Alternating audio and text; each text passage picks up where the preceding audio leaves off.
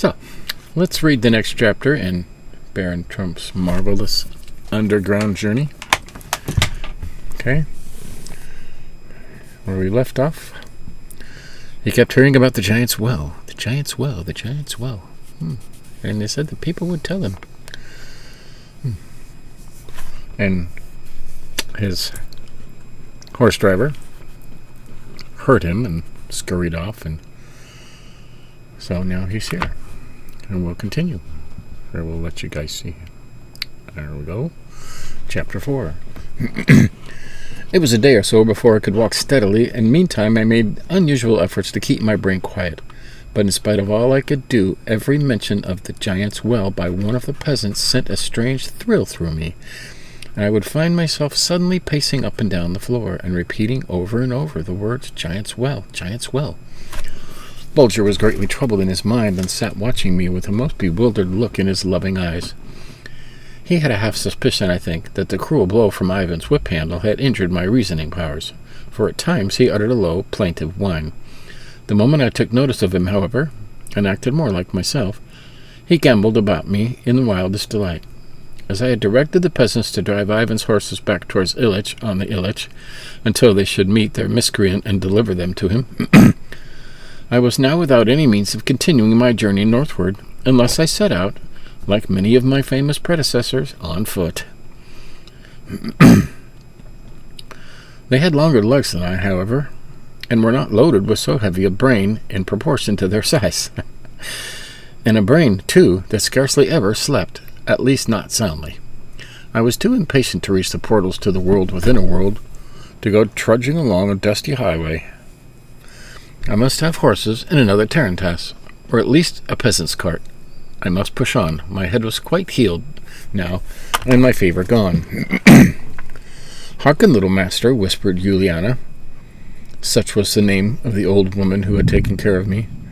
"Thou art not with what thou seemst. I never saw the like of thee before. If thou wouldst, I believe thou couldst tell me how high the sky is, how thick through the mountains are, and how deep the giant's well is." I smiled, and then I said, "Didst ever drink from the giant's well, Juliana?"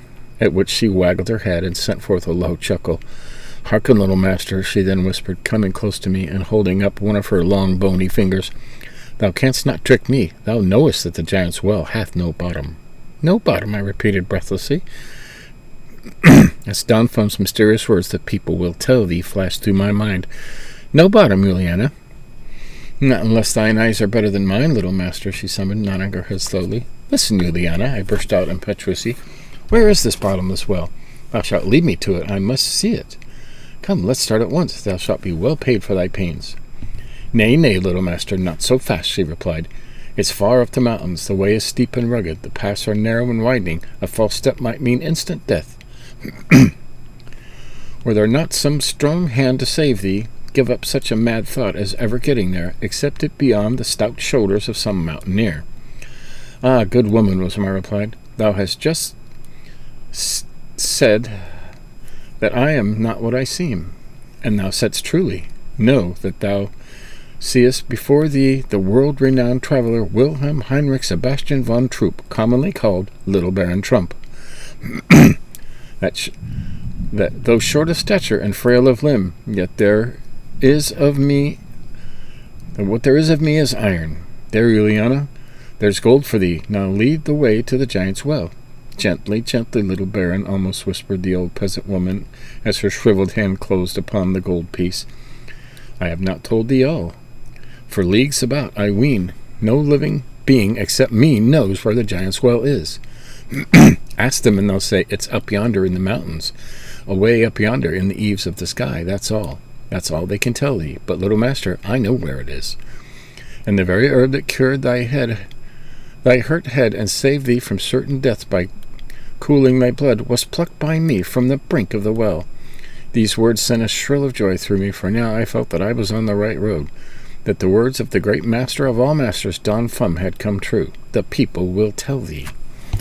Aye, the people had told me, for now there was not the faintest shadow of doubt in my mind that I had found the portals to the world within a world.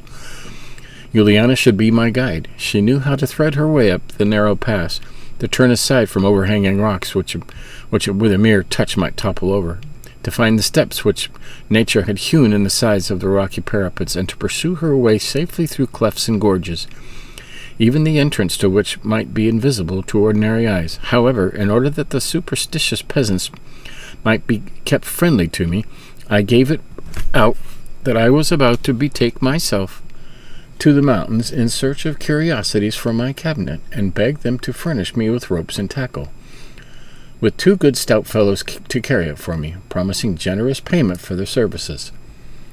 They made haste to provide me with all I asked for, and we set out for the mountain path at daybreak. Juliana, in order not to seem to be of the party, had gone on ahead by the light of the moon, telling her people that she wished to gather certain herbs, for the sun's rays struck them, and dried the healing dew, and beaded their leaves.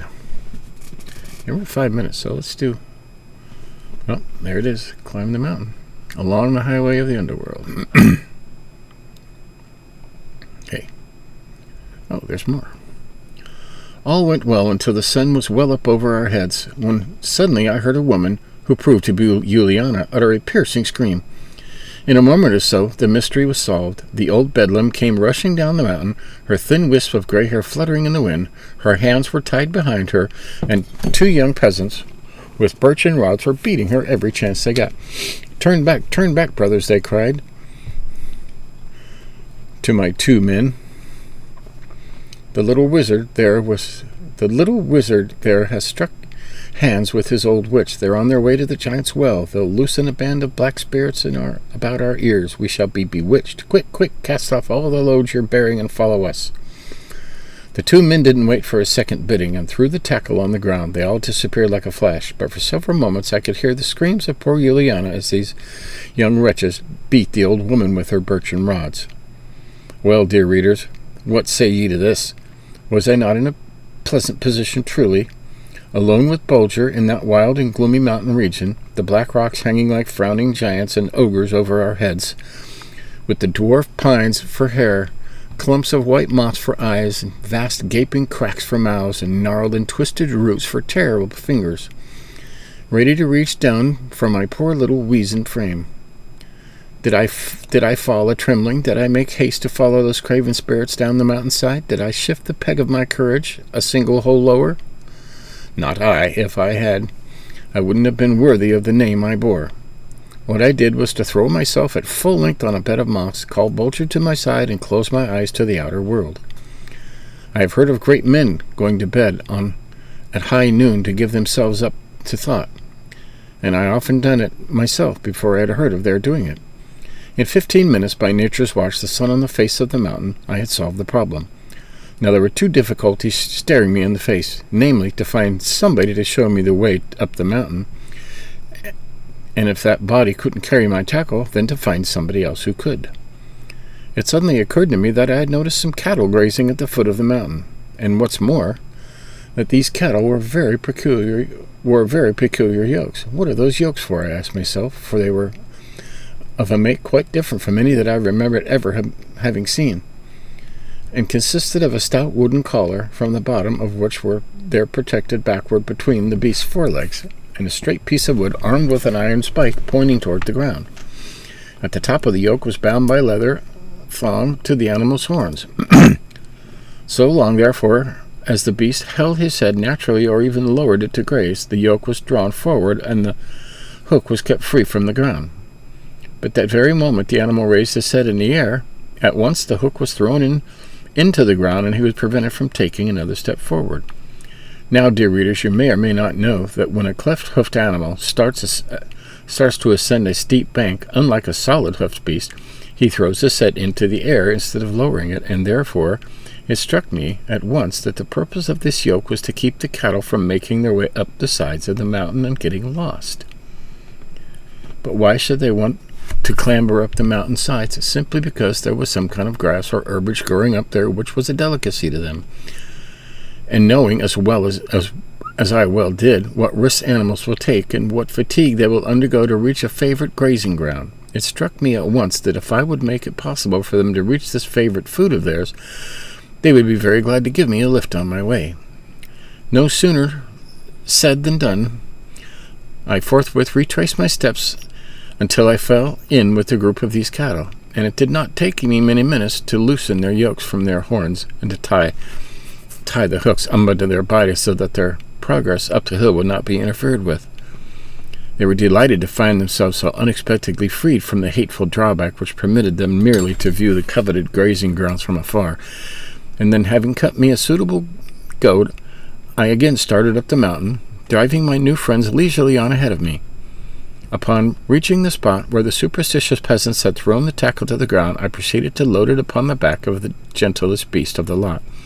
He was soon on my way again.